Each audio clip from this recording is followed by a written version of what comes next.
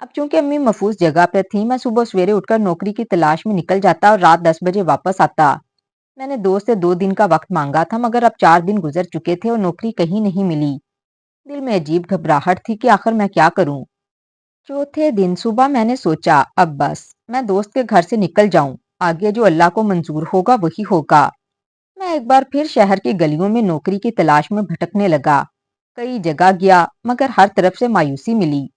تھک ہار کر ایک دیوار کے سائے میں بیٹھ گیا، تب میری نظر ایک کاغذ پر پڑی جو دیوار پر چسپا تھا۔ اس پر لکھا تھا: ایک ہاسپٹل میں چپڑاسی کی ضرورت ہے، تنخواہ 10,000، رہائش فری۔ یہ پڑھ کر میری آنکھوں میں آنسو آ گئے۔ میں نے خود سے کہا، فہد، یہ نوکری تمہارے لیے نہیں، تم نے MBA کیا ہے، اب تم چپڑاسی بنو گے۔ دل جیسے خون کے آنسو رو رہا تھا، مگر امی کا چہرہ آنکھوں کے سامنے آ گیا۔ میں فوراً اٹھا اور دیے گئے پتے پر جا پہنچا۔ جب ہاسپٹل کے عملے کو بتایا کہ میں چپڑاسی کی نوکری کے لیے آیا ہوں تو سب حیران رہ گئے۔ میری شکل و صورت اور انداز ایسے لگتا تھا جیسے میں کسی اچھے گھرانے سے ہوں، اور سچ بھی یہی تھا۔ کالج کے دنوں میں لڑکیاں میری شکل کی دیوانی تھیں، جیسے میں کسی ریاست کا شہزادہ ہوں۔ انٹرویو کے لیے مجھے ایک ڈاکٹر کے پاس لے جایا گیا۔ اس نے میری فائل دیکھ کر کہا، تم نے تو MBA کیا ہوا ہے اور اب تم چپڑاسی بننا چاہتے ہو؟ یہ نوکری تو ان پڑھ لوگوں کے لیے ہے جو مزدوری سے روزی کماتے ہیں، تم ایسا کیوں کرنا چاہتے ہو؟ میری آنکھوں میں آنسو آ گئے۔ میں بولا، ڈاکٹر صاحب، میں بہت مجبور ہوں، کئی جگہ انٹرویو دیے مگر کچھ حاصل نہیں ہوا۔ اس وقت مجھے نوکری کی سخت ضرورت ہے، چاہے وہ کسی بھی درجے کی کیوں نہ ہو۔ ڈاکٹر نے چند لمحے سوچا اور پھر بولا، اچھا، اگر تم اتنے مجبور ہو تو میں تمہیں نوکری دے دیتا ہوں۔ اس نے مجھے چپراسی کی نوکری دے دی، ساتھ ہی ہاسپٹل کے پیچھے ایک چھوٹا سا فلیٹ بھی مل گیا۔ مجھے سمجھ نہیں آ رہا تھا کہ یہ خوشی کا موقع ہے یا غم کا۔ میں واپس گیا، دوست کا شکریہ ادا کیا کہ اس نے مشکل وقت میں میرا ساتھ دیا۔ میں نے کہا، امی، اب میں آپ کو لے کر جا رہا ہوں کیونکہ مجھے ہاسپٹل میں رہنے کی جگہ اور نوکری مل گئی ہے۔ دوست ہنس کر بولا، فہد، تم مذاق کر رہے ہو؟ تم نے MBA کیا ہے اور اب ہاسپٹل میں نوکری ملی؟ کون سی نوکری؟ میں بولا، چپراسی کی۔ یہ سن کر اس کی آنکھوں میں بھی آنسو آ گئے۔ وہ بولا، یار، خود پر اتنا ظلم مت کرو، تمہارے لیے بہتر موقع ضرور آئے گا، جب تک چاہو میرے گھر رہ سکتے ہو۔ میں نے کہا، تمہارا شکریہ، مگر اب جب روزی کا دروازہ کھلا ہے تو اسے ٹھکرانا ناشکری ہوگی۔ بہت سمجھانے کے باوجود بھی میں نہیں رکا اور امی کو لے کر ہاسپٹل کے پیچھے بنے فلیٹ میں شفٹ ہو گیا۔ امی نے پوچھا، بیٹا، تمہیں نوکری کیسے ملی؟ میں نے مسکرا کر کہا، امی، ایک کمرے میں بیٹھ کر کمپیوٹر پر حساب کتاب کروں گا۔ امی خوش ہو گئیں، مگر میں جھوٹ بول رہا تھا، کیونکہ اگر میں سچ بتاتا تو وہ پریشان ہو جاتی اور ان کا بلڈ پریشر بڑھ جاتا۔ اب میں روز ہاسپٹل جاتا، صفائی وغیرہ کرتا اور سوچتا، شاید میری قسمت میں یہی لکھا تھا۔ میں نے دل سے مان لیا، ہر انسان اپنی قسمت کا ہی کھاتا ہے۔ مہینہ گزرا، میں نے ایمانداری سے کام کیا۔ ایک دن ڈاکٹر نے مجھے بلایا، تعریف کی اور کہا، فہد، تمہارے کام کی کوئی شکایت نہیں آئی۔ میں نے تمہاری فائل اپنے ایک دوست کو دی ہے، دیکھتے ہیں وہ تمہارے لیے کچھ بہتر کر سکتا ہے۔ یہ سن کر میری آنکھوں میں خوشی کے آنسو آ گئے۔ میں نے کہا، ڈاکٹر صاحب، اگر ایسا ہو گیا تو میں زندگی بھر آپ کا شکر گزار رہوں گا۔ ڈاکٹر مسکرایا۔ اس نے میری تنخواہ دی، 10,000 روپے۔ میں نے نوٹ گنے، دل بھر آیا۔ ابا کے مرنے کے بعد میں نے کبھی 500 روپے بھی ایک ساتھ نہیں دیکھے تھے۔ 500 کے نوٹ دیکھنے کو ترسا ہوا تھا۔ میں سوچنے لگا، سب سے پہلے میں گھر کے لیے راشن لاؤں گا، امی کو اچھا کھانا کھلاؤں گا۔ میں نے نوٹ جیب میں ڈالے ہی تھے کہ اچانک ایک عورت میرے سامنے آ کھڑی ہوئی، دونوں ہاتھ جوڑ کر بولی، اللہ کے واسطے میری مدد کرو بیٹا۔ اس کی آنکھوں سے آنسو بہہ رہے تھے۔ میں نے پوچھا، کیا ہوا؟ وہ بولی، کل میرے بیٹے کا ایکسیڈنٹ ہو گیا، وہ تیز موٹر سائیکل چلا رہا تھا، اب ICU میں ہے، آپریشن کے لیے پیسے چاہیے، میرے پاس کچھ نہیں۔ ڈاکٹر کہہ رہے ہیں اگر پیسے نہ دیے تو وہ علاج بند کر دیں گے، بس تھوڑا سا دے دو بیٹا، میرے بچے کی جان بچ جائے گی۔ اس کی حالت دیکھ کر میرا دل کانپ گیا۔ بغیر سوچے سمجھے میں نے وہ پورے 10,000 روپے اس کے ہاتھ میں رکھ دیے۔ میں بولا، اللہ تمہارے بیٹے کو صحت دے، تمہیں کبھی اولاد کا دکھ نہ دکھائے۔ وہ دعائیں دیتی چلی گئی۔ وہ عورت آگے بڑھی اور دوسرے لوگوں سے بھی مدد مانگنے لگی، مگر کسی نے اس کی بات پر دھیان نہ دیا۔ ایک شخص نے تو اسے جھڑک کر بھگا دیا۔ وہ بے بسی سے تیسری طرف چلی گئی اور وہاں بھی ناکام لوٹی۔ میں اسے دیکھتا رہا اور دل ہی دل میں سوچتا رہا، کاش میرے پاس اتنا پیسہ ہوتا کہ میں اس عورت کی پوری مدد کر دیتا۔ پھر اچانک میرے ذہن میں خیال آیا، کیوں نہ میں ہاسپٹل کے ڈاکٹروں سے اس کے لیے پیسے مانگوں۔ میں فوراً ہاسپٹل کے سینئر ڈاکٹر کے پاس گیا اور سب سے اپیل کی، سر ایک عورت کے بیٹے کی جان خطرے میں ہے، اس کے علاج کے لیے مجھے ابھی پیسے چاہیے۔ کسی نے 10,000 دیے، کسی نے 2,000، کسی نے 500۔ تھوڑے تھوڑے کر کے میں نے تقریباً 70,000 روپے جمع کر لیے۔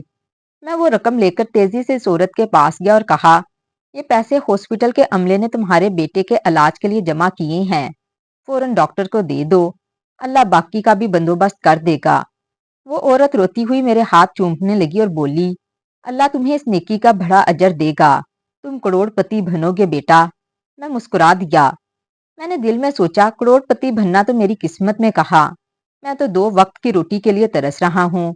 میری پہلی تنخواہ کا 1 روپیہ اس عورت کو دے دیا تھا اور اگلے 2-3 مہینے کی تنخواہ بھی پہلے سے ہی ادھار چلی گئی تھی، کیونکہ میں نے ہاسپٹل کے ایک کلرک سے تھوڑے پیسے ادھار لیے تھے۔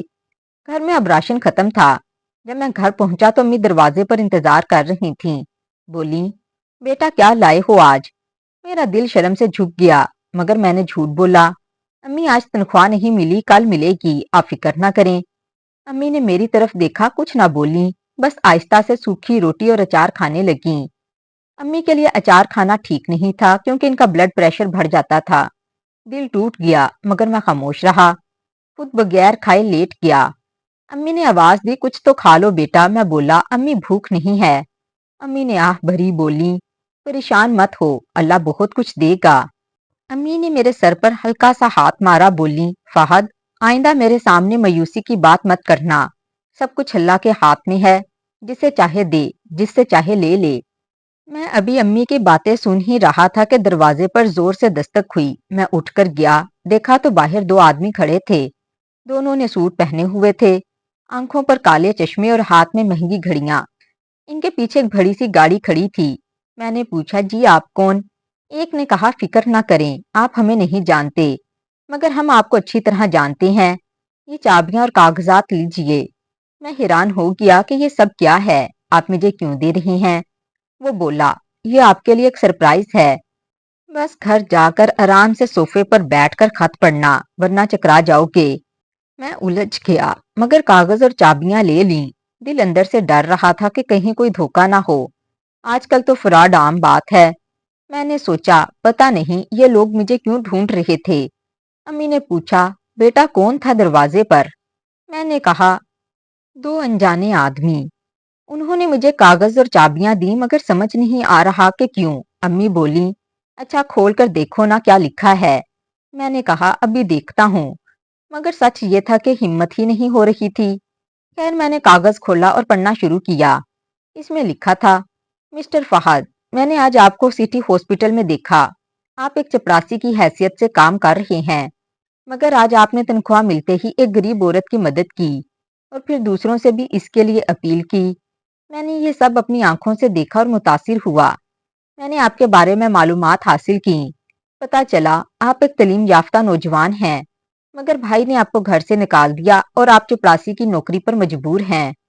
کل شام اس پتے پر آ جائیے، آپ کے لیے ایک بہت بڑا سرپرائز ہے، تبھی آپ کو معلوم ہوگا کہ یہ چابیاں کس چیز کی ہیں۔ میں خط پڑھ کر گہری سوچ میں ڈوب گیا کہ آخر یہ کون ہو سکتا ہے۔ دل میں ڈر بھی تھا، کہیں فراڈ نہ ہو جائے۔ میں نے امی کو سب بتایا تو وہ گھبرا گئیں، بولی، نہیں بیٹا وہاں مت جانا، خاموشی سے اپنی نوکری کرتے رہو۔ میں نے سر ہلایا، مگر دل کے اندر تجسس جاگ چکا تھا۔ امی بولی، اچھا تو آج تمہیں تنخواہ ملی تھی، مگر تم نے وہ ایک عورت کو دے دی ہے نا؟ میں ڈر گیا شاید وہ ناراض ہوں گی، مگر امی نے میرا ماتھا چوم لیا اور کہا، مجھے اپنے بیٹے پر فخر ہے فہد، تم نے آج دل سے مجھے خوش کر دیا۔ میں ہمیشہ سمجھتی تھی کہ شاید میری پرورش میں کوئی کمی رہ گئی ہے، کیونکہ تمہارے بھائی نے میرے ساتھ اتنا برا سلوک کیا۔ میں خود کو قصوروار مانتی تھی، مگر آج تمہارا یہ عمل دیکھ کر یقین آ گیا کہ نہیں، میری تربیت میں کوئی کمی نہیں، غلط نیت تو روہیل اور اس کی بیوی کی تھی۔ اللہ کا شکر ہے اس نے مجھے زندہ رہتے ہوئے یہ دن دکھایا۔ امی کی یہ باتیں سن کر میں مسکرا دیا۔ اگلے دن صبح میں حسب معمول ہاسپٹل گیا، مگر ذہن میں وہ خط بار بار گونج رہا تھا۔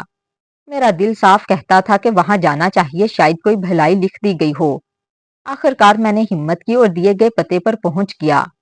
وہاں جا کر دیکھا ایک بہت بڑا ریسٹورنٹ تھا، خوبصورت عمارت، شیشے کے دروازے، باہر لگے فلیکس پر بورڈ پر بڑے حروف میں نام لکھا ہوا تھا۔ میں جھجکتا ہوا اندر گیا۔ گیٹ پر کھڑے چوکیدار نے پوچھا، جی آپ کون؟ میں نے کہا، فہد۔ وہ چونک کر بولا، اوہ، وہی سٹی ہاسپٹل والے فہد، باس آپ کا انتظار کر رہے ہیں، آئیے میرے ساتھ۔ میں حیران تھا مگر خاموشی سے اس کے ساتھ چلنے لگا۔ وہ مجھے ایک سیکرٹری کے حوالے کر کے بولا، انہیں باس کے کمرے میں لے جائیں۔ سیکرٹری مجھے ایک بڑے ایئر کنڈیشنر روم میں لے گئی۔ اندر داخل ہوتے ہی ٹھنڈک نے میرے جسم میں کپکپی سی دھڑا دی۔ سامنے ایک نفیس لباس میں آدمی بیٹھا تھا۔ اس نے مسکرا کر کہا، فہد، شاید تم مجھے نہیں جانتے، اسی لیے اپنا تعارف خود کروا دیتا ہوں۔ میرا نام رحیل ہے، میں اس ریسٹورنٹ کا مالک ہوں، مگر اب یہ ریسٹورنٹ میں تمہارے نام کرنا چاہتا ہوں۔ میں سکتے میں آ گیا اور بولا، کیا مطلب؟ آپ میرے ساتھ مذاق کر رہے ہیں نا؟ وہ بولا، نہیں، یہ مذاق نہیں، میں تمہارے خلوص اور نیکی سے بہت متاثر ہوا ہوں۔ تم نے جس طرح اپنی غربت کے باوجود دوسروں کا بھلا کیا، میں چاہتا ہوں یہ جگہ تمہارے حوالے کر دوں۔ میں ہکا بکا اس کا چہرہ دیکھنے لگا۔ لیکن آپ ایسا کیوں کر رہے ہیں؟ رحیل نے گہری سانس لی اور پھر بولا، فہد، 20 سال پہلے میرے ساتھ وہی ہوا جو تمہارے ساتھ ہوا۔ میں بھی کینسر کا مریض تھا۔ میرے 4 بیٹے اور ایک بیٹی تھی، مگر چاروں نے اپنی بیویوں کے کہنے پر مجھے گھر سے نکال دیا۔ میں اور میری 10 سالہ بچی سڑک پر آ گئے۔ میرے پاس علاج کے پیسے بھی نہیں تھے۔ موت میرے سر پر منڈلا رہی تھی۔ وہ رکا، پانی پیا اور پھر بولا، ایک دن ایک آدمی مجھ سے ملنے آیا۔ اس نے کہا، یہ ریسٹورنٹ میرے باپ کے نام پر نکلا ہے، اسی لیے میں یہ تمہیں واپس کر رہا ہوں۔ میں حیران رہ گیا، میرے باپ کے نام پر کہاں؟ پھر پتا چلا شادی سے پہلے میرے والد سے یہ جگہ دھوکے سے ہتھیائی گئی تھی۔ نئے مالک کو احساس ہوا کہ یہ غلطی ہے، کیونکہ اس کے اپنے 2 بچے اس کے سامنے مر گئے تھے، بیوی بھی چھوڑ گئی اور وہ خود بھی بیمار ہو گیا۔ اسے یقین ہو گیا کسی کا حق مارنا اور کسی کا دل دکھانا اللہ کو پسند نہیں، اسی لیے اس نے مجھے میری امانت واپس کر دی۔ فہد خاموشی سے سنتا رہا۔ رحیل آگے بولا، میں نے یہ ریسٹورنٹ دوبارہ چلانا شروع کیا، دن رات محنت کی، ترقی کی، علاج کروایا، اللہ کے کرم سے ٹھیک ہو گیا، مگر اب کینسر واپس آ چکا ہے، اس بار لا علاج۔ اب مجھے یقین ہے کہ زندگی کے دن گنے جا چکے ہیں۔ میں نہیں چاہتا کہ مرنے کے بعد یہ ریسٹورنٹ ان بیٹوں کے ہاتھ جائے جنہوں نے مجھے دھتکارا۔ میں چاہتا ہوں کہ یہ کسی ایسے انسان کے ہاتھ میں جائے جو دوسروں کے کام آئے، اور وہ انسان تم ہو۔ میرے دل کی دھڑکنیں تیز ہو گئیں، میں کچھ بول نہیں سکا۔ رحیل نے مسکرا کر کہا، بس میری ایک چھوٹی سی خواہش ہے، میری بیٹی دعا کا ہاتھ تھام لو، وہ بہت نیک اور معصوم لڑکی ہے، میں اسے اس کے بھائیوں کے رحم پر نہیں چھوڑ سکتا۔ تم جیسے سچے اور ایماندار شخص کے ساتھ ہی وہ خوش رہ سکتی ہے۔ میں جیسے پتھر کا ہو گیا، اتنی بڑی نعمت! میں نے تو خواب میں بھی نہ سوچا تھا کہ میرے چھوٹے سے عمل کسی غریب کی مدد کا بدلہ اللہ یوں دے گا۔ دل میں خیال آیا کہ انسان اگر خلوص سے کسی کی مدد کرے تو اللہ 100 گنا لوٹاتا ہے۔ میں نے سر جھکا کر آنکھوں میں آنسو لیے کہا، رحیل صاحب، میں آپ کا احسان کبھی نہیں بھلا سکوں گا، میں آپ کی بات مانتا ہوں۔